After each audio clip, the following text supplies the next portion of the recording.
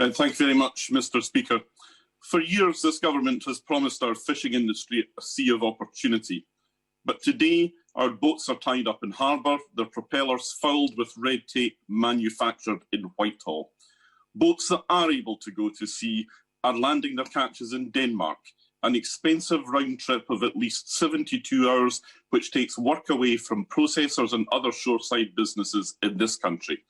Our fishing minister describes promises made by ministers as dreams and apparently didn't think it was worth reading the agreement as soon as it was made, even though every second counted. How on earth was it allowed to come to this?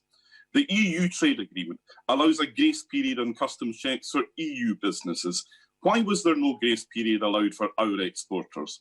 And will the government engage with the EU as a matter of urgency to make good that most fundamental of errors? Yesterday, the Prime Minister told the Liaison Committee that compensation was being considered for our fishing industry. Who is going to be compensated, for what, and by how much? When will a scheme be published, and what steps will be taken to help processors, catchers and traders in the meantime? On the loss of quota swaps and other mechanisms, the Fisheries Minister said yesterday that this could be done government to government in year.